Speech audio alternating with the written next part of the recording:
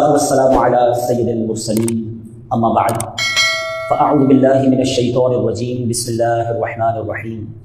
پڑھیے الصلاۃ والسلام علیک یا رسول اللہ. حدیث میں مضمون ملتا ہے کہ روزانہ افطار کے وقت 10 لاکھ گناہگار جہنم سے آزاد کیے جاتے ہیں. 1 million sinner every kind of iftar اللہ تعالیٰ جہنم سے آزاد کر دیتا ہے. سچ بتائیں ہمارا افطار کے وقت کیا انداز ہونا چاہیے؟ اے کاش ہم سارے گھر والے بیٹھے ہیں ہاتھ اچھاوا کریں آنسو بہائیں گے یا اللہ آج جو افطار کے وقت 10 لاکھ بخشے جائیں گے ان میں میرا نام لکھ دے، میرے ماں باپ کا نام لکھ دے. مگر ہم افطار کے وقت کیا کر رہے ہو؟ کئی لوگوں کو تو یہ فکر ہوتی ہے کہ مینیو کیا ہے، آج مینیو کیا ہے، شربت کہاں ہے، پکوڑے کہاں ہیں، یہ فکر راحت ہوتی ہے اور اس پر ٹینشن سی بچی ہوئی ہوتی ہے. خدارا پلیز یہ مغفرت کا وقت ہے، یہ مانگنے کا وقت ہے، یہ آنسو بہانے کا وقت ہے. اس بار رمضان میں پتہ کیا کرنا؟ جب آپ کے گھر میں افطاری تیار ہو جائے تو اپنی افطاری سے پہلے نکالنا وہی اچھی چیزیں اور کسی ایک گھر میں دے دیں، ایک غریب کو کھلا دے، اپنے کسی ملازم کو بچا ہوا نہ کھلایا کرو یار، اب بہترین کھلاؤ. جملہ یاد رکھو، اچھا دو گے تو اچھا ملے گا، پورا دو گے تو پورا ملے گا، ٹوٹا دو گے تو اب آپ کی مرضی کون سا چاہیے. اللہ کی بارگاہ میں دل دیکھا جاتا ہے. یہ جب میری باری آتی ہے تو یہ کیوں گھٹیا مال دیتا ہے؟ ہمارے پیسے اللہ کو تھوڑی جاتے ہیں، مگر رب کی بارگاہ میں نیت دیکھی جاتی ہے. انجوائے کیا کرو، خرچ کرو اور شکر ادا کرو، یا اللہ تیری مہربانی. جب بھی دین کی راہ میں خرچ کرو نا، اچھا پھر گن گن کر بڑا خرچ کرتے لوگ. مثال کے طور پر زکات دے دی نا، جتنا حساب بنتا تھا اللہ کرے وہ بھی پوری دے دے. آج کل تو یہ بڑی وبا آ گئی ہے کہ لوگ پوری زکات ہی نہیں دے. بہرحال جس نے پوری بھی دے دی نا اس کو مشورہ دے رہا ہوں، اب آپ کے ساتھ پاس کوئی نیا کام آ گیا، کسی غریب کی مدد کرنی ہے، کوئی دینی کام آ گیا تو لوگ کہتے ہیں بھائی زکات پوری دے دی اب اگلے سال ہم. ایک حدیث سن لو جس کا مضمون ہے گن گن کر خرچ نہ کرو ورنہ وہ رب کریم بھی تمہیں گن گن کر عطا فرمائے. جب اللہ دیے جا رہا ہے تم کیوں روک رہے ہو؟ اور دو اور دے گا، اور دو اور دے گا، یقین تو رکھو نا. تو اس بار پوری زکات، زیادہ صدقہ و خیرات اور اچھے دل سے دیں گے انشاءاللہ. یہی گڑبڑ ہم کہاں کرتے ہیں فطرے کے اندر. کیا گڑبڑ کرتے ہیں؟ فطرہ کون سا دیتے ہیں؟ بچپن سے سن رہے ہیں جب تم کا فطرہ 50 روپے کا 50 روپے دے دیے، 60 روپے کو 60 دے دیے، 100 کو 100، 150. پوری حدیث تو سنو، میرے آقا نے 4 فطرے بیان کیے ہیں، جو کا، کشمش کا، کھجور کا. پھر چوتھے نمبر میں گندم کی باری آتی ہے. ہمارے تو سٹارٹ ہی گندم سے ہوتی ہے، سب سے سستی والی ہے نا. سستا والا فطرہ کون سا وہ لے لو. عید کے دن فطرہ دیتے ہیں نا، عید سے 4 دن پہلے دیتے ہیں. عید کی خریداری کرنے جب جاتے ہیں دکان پر تو کیا بولتے ہیں؟ بس سب سے سستا والا کپڑا نکال دو، یہ بولتے ہیں نہیں اچھا والا دکھاؤ، برانڈیڈ. نہیں کوالٹی کون سی آئی ہے؟ عید ہے بھائی، چوٹے اچھے والے، بچوں کے لیے برانڈیڈ.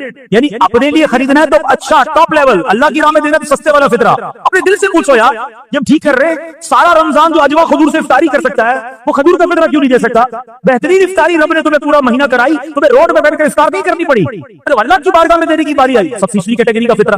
میں نہیں کہتا فطرہ ادا نہیں ہوگا، کوئی اس کو مسکنسپشن نہ بنائے. غریب آدمی ٹھیک ہے وہ فطرہ دے دے، اس کا ہو جائے گا، مگر جس کو رب نے کروڑوں سے اچھا بنایا وہ اسی کام کرتا ہے بھائی. اچھی نیت کرو، اللہ تمہیں اتنا نوازے گا تم سوچ بھی نہیں سکتے. حضرت سیدنا انس رضی اللہ تعالیٰ عنہ روایت کرتے ہیں کہ رسول اکرم نور مجسم شاہ آدم و بنی آدم صلی اللہ تعالیٰ علیہ وسلم نے ارشاد فرمایا، اللہ تعالیٰ فرماتا ہے اے ابن آدم تو نے جب بھی مجھے پکارا اور مجھ سے رجوع کیا میں نے تیرے گناہوں کی بخشش کر دی اور مجھے اس کی پرواہ نہیں. اور اے ابن آدم اگر تیرے گناہ آسمان تک پہنچ جائیں پھر تو مجھ سے مغفرت طلب کرے تو میں تیری بخشش کر دوں گا اور میری ذات بے نیاز ہے. اے ابن آدم اگر تیری مجھ سے ملاقات اس حال میں ہو کہ تیرے گناہ پوری زمین کو گھیر لے لیکن تو نے شرک کا ارتکاب نہ کیا ہو تو میں تیرے گناہوں کو بخش دوں گا.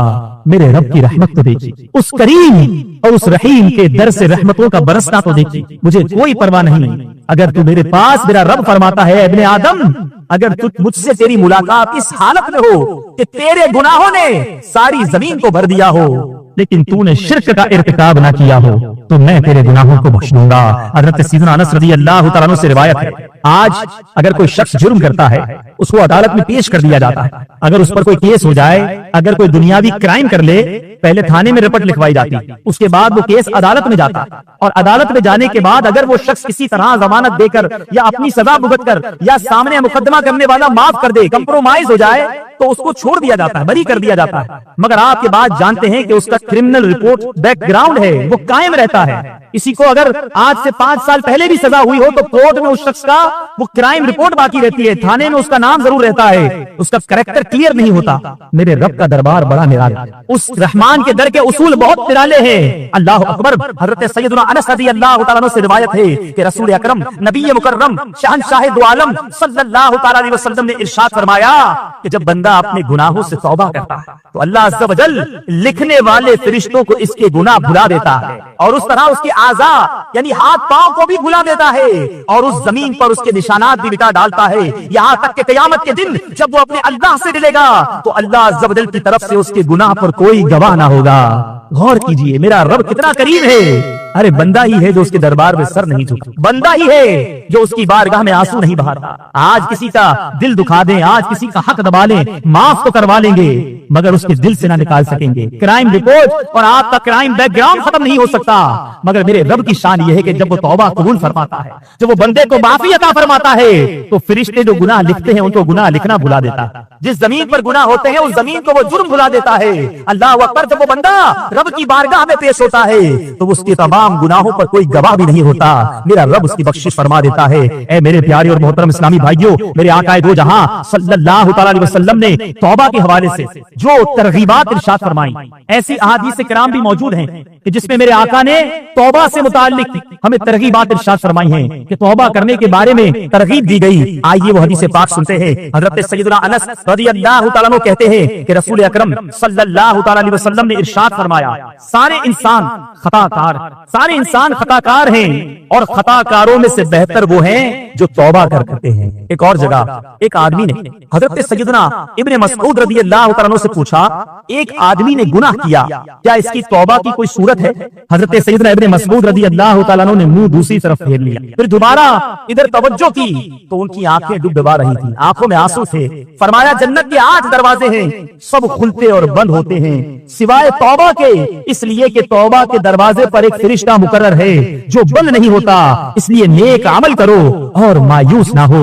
اے میرے پیارے اور محترم اسلامی بھائیوں، اللہ تبارک و تعالیٰ کی رحمت کے قربان، غور طلب بات یہ ہے کہ آج اگر ہم کسی کی بارگاہ میں کسی بڑے افسر کا کوئی ایسا کہا ٹال دیں، کسی حکمران کی بات کو ٹال دیں، اس کا حکم نہ مانے، اس کا دل دکھا دیں اور پھر دل میں تمنا کریں کہ وہ معاف کر دے، اور اگر وہ معاف کر دے تو ہم بہت خوش ہو، یار بڑی مہربانی آپ نے معاف کر دیا۔ ہمارے دوستوں میں ناراضگی ہو جاتی ہے، اگر کوئی دوست ناراض ہو جائے ہماری غلطی کی وجہ سے تو اب ہماری خواہش یہ ہوتی ہے کہ ہم اس سے معافی مانگے تو وہ ہمیں معاف کر دے، مگر میرا رب اس سے بڑا کریم کوئی نہیں، اس سے بڑا رحمان کوئی نہیں ہے، اس سے بڑا درگزر کرنے والا کوئی نہیں ہے۔ اللہ اکبر، حدیث پاک سنیے اور جھوم جائیے۔ اللہ تبارک و تعالی ارشاد فرماتا ہے، الا من تاب وآمن وعمل عملا صالحا فاولئک یبدل اللہ سیئاتہم حسنات وکان اللہ غفورا رحیما۔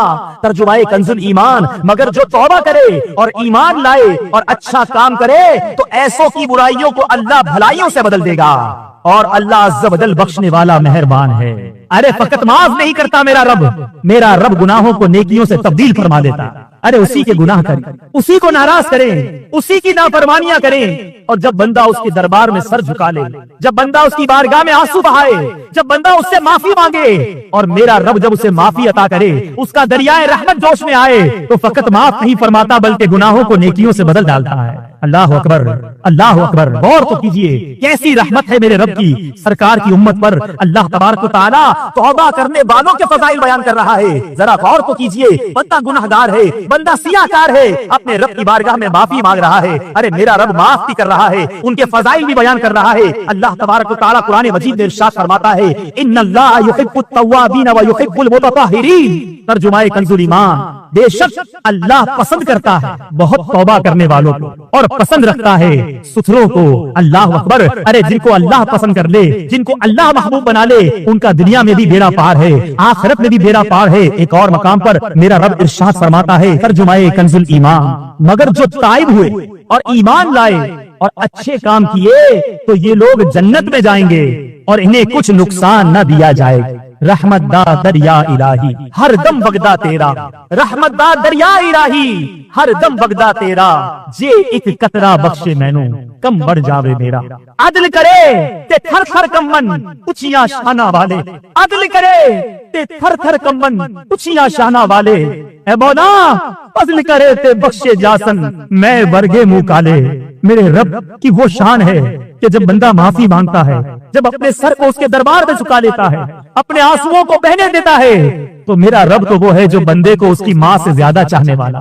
روایتوں میں آتا ہے کہ رب تعالیٰ اپنے بندوں کو ان کی ماں سے 70 گنا زیادہ چاہتا ہے. ارے جب ہماری ماں ہمیں تکلیف میں نہیں دیکھ سکتی، ہماری ماں ہمیں غم میں نہیں دیکھ سکتی، تو وہ رحمان، وہ رحیم، وہ کریم، وہ اپنے بندوں کو تکلیف میں مبتلا کرے گا. یہ بندہ ہے جو اپنے رب سے ناتا توڑ لیتا ہے، یہ بندہ ہے جو اپنے رب کو ناراض کر کے اس کی طرف رجوع نہیں کرتا. آپ نے حدیث پاک سنی، قرآنی آیات سنی، ہمیں پتا چل رہا ہے کہ توبہ ایک ایسا دروازہ ہے کہ اس طرف پکارا جا رہا ہے کہ آ جاؤ میرے بندے، میرے دامن کرم میں چھپ جاؤ.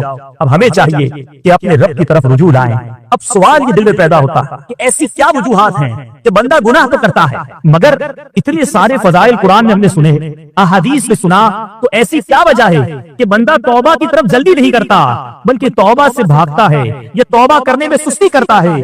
آج کچھ وجوہات بھی بیان کروں گا اور انشاءاللہ فیضان مرشد سے ان وجوہات یا ان سبب کے کچھ طریقے یا اس کا علاج بھی عرض کروں گا، تاکہ ہمیں پتا چلے کہ کون سی ایسی رکاوٹیں ہیں، کون سی ایسی بندشیں ہیں کہ ہمیں اپنے رب کی طرف توبہ کرنے سے روک ڈالتی ہیں. سب سے پہلی وجہ وہ یہ ہے کہ گناہوں کے انجام سے غافل ہونا توبہ کی راہ میں بہت بڑی رکاوٹ ہے. شاید اس کی وجہ یہ ہے، غور طلب بات ہے، کہ انسان کو جس عذاب سے ڈرایا گیا ہے وہ عذاب اس کی آنکھوں سے اوجھل ہے. کہا جاتا ہے جہنم میں جلایا جائے گا، جناب آگ میں ڈال دیا جائے گا، شراب پیو گے تو یہ گناہ ملے گا، نماز نہیں پڑھو گے تو یہ گناہ ملے گا، بد نگاہی کرو گے تو آنکھوں میں آگ ڈال دی جائے گی، برا سنو گے تو کانوں کے اندر سیسا پگھلا ہوا ڈالا جائے گا. تو یہ گناہ کے ہم عذاب کو سنتے ہیں، مگر یہ عذاب انسان کی نظروں سے اوجھل ہے، اس نے دیکھے نہیں. تو اس وجہ سے یہ انسان کا فطری تقاضا کہ جو چیز کیش ہوتی ہے، جس کا رزلٹ فوری ملتا ہے، انسان اس کی طرف چلا جاتا ہے، بعد والے رزلٹ کو چھوڑ دیتا ہے. مثال کے طور پہ گناہ کرتا ہے، شراب پی، معاذ اللہ، لذت فوراً مل گئی، عذاب کو نہ ملا، عذاب کو بعد میں ملے گا، تو انسان فوری رزلٹ والی چیز کی طرف جلدی چلا جاتا ہے. جھوٹ بولا، بظاہر تھوڑا سا فائدہ اٹھا لی، فوراً رزلٹ مل گیا، جھوٹ کا عذاب کو باقی رہا مگر سامنے کو عذاب نہ آیا.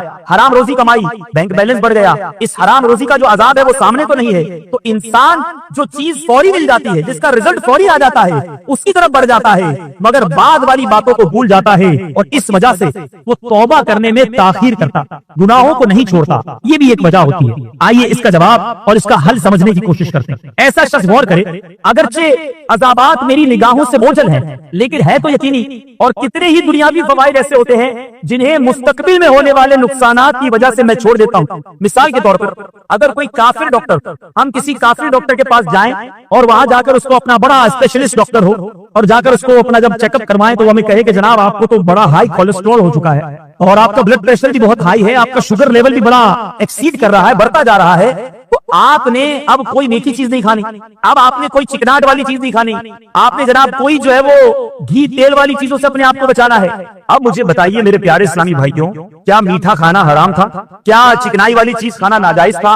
کیا اس طرح کے مرکن غذائیں کھانا غلط تھا؟ سب جائز چیزیں تھی، حلال چیزیں ہیں، مگر ہمیں یہ بھی نہیں پتا کہ اس کا جو سمپٹمز وہ بتا رہا ہے کہ اس کو کھانے سے اللہ نہ کرے ہارٹ اٹیک ہو جائے گا، شوگر ہائی ہو جائے گی یا گردے فیل ہو جائیں گے. یہ چیزیں تو بعد میں ہونی ہیں، مگر آج دنیا میں آنے والے نقصان کے پیش نظر ہم ایک کافر ڈاکٹر کی تو بات مان لیتے ہیں اور اس کی بات مان کر حرام نہیں حلال چیزوں کو کھانا چھوڑ دیتے ہیں. تو رب کے وعدوں پر یقین کیوں نہیں رکھتے؟ ارے اس کے وعدے سچے ہیں، اگر اس نے ارشاد فرمایا ہے کہ گناہگاروں کو وہ عذاب دے گا تو وہ عذاب دے گا، اس کے وعدے سچے ہیں. ارے رب کے وعدوں پر حرام نہیں چھوڑتے اور آج ڈاکٹر کی بات پر حلال چھوڑ دیتے ہیں. ایسے شخص کو غور کرنا چاہیے کہ مجھ سے بڑا نادان کون ہے کہ میرے رب کے وعدے سچے ہیں، آج حرام کو چھوڑ دوں، ورنہ ایسا نہ ہو کہ آج تو مجھے یہ حرام میں بڑی لذت آ رہی ہے، کل اس کا جب عذاب چکھنا پڑے گا، جب اس کا عذاب ملے گا تو میں کیسے اپنے رب کی بارگاہ میں کس منہ سے پیش ہو سکوں گا؟ تو امید ہے یہ جو رکاوٹ ہے یہ دور ہو جائے گی. دوسری وجہ جو انسان کو توبہ کرنے میں تاخیر کا باعث بنتی ہے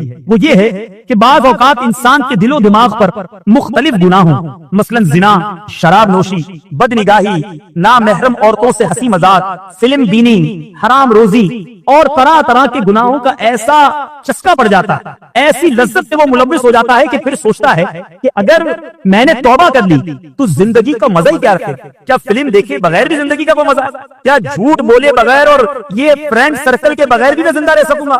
اچھا جناب میں تو شراب کا ایسا عادی معاذ اللہ، تو اب شراب پیے بغیر کیسے زندگی گزرے گی؟ ایسے لوگ اس لیے بھی گناہوں سے دور نہیں ہوتے کہ اب زندگی کا ایک ایسا جزو لا ينفق وہ گناہ بن چکا ہوتا ہے کہ ایسا لگتا ہے کہ یہ گناہ چھوڑیں گے تو زندگی بے مزہ ہو جائے گی، پھر کیسے توبہ کریں؟ اگر یہ رکاوٹ ہے تو آئیے اس کا حل بھی سنتے ہیں۔ حل یہ ہے کہ اس قسم کی جو صورتحال سے دو چار شخص ہو، یا ہم میں سے بھی اگر کوئی ایسا بدنصیب ہے کہ گناہوں کی ایسی عادت پڑ چکی ہے جس کو چھوڑنے کا دل نہیں چاہتا، بلکہ ایسا لگتا ہے کہ یہ چھوٹے گی نا تو کوئی لذت نہیں رہے گی، زندگی میں کوئی گلیمر نہیں رہے گا، بڑی بے مزہ سی زندگی ہو جائے گی، تو میرے پیارے اسلامی بھائیوں، ایسا شخص اس طرح سوچے کہ جب میں زندگی کے مختصر ایام میں ان لذتوں کو نہیں چھوڑ سکتا تو مرنے کے بعد ہمیشہ ہمیشہ کے لیے ان لذتوں سے کیسے محرومی گوارا کرنے والا، مرنا تو ہے، اور آپ میں اور مجھ میں سے کوئی بھی یہ دعویٰ نہیں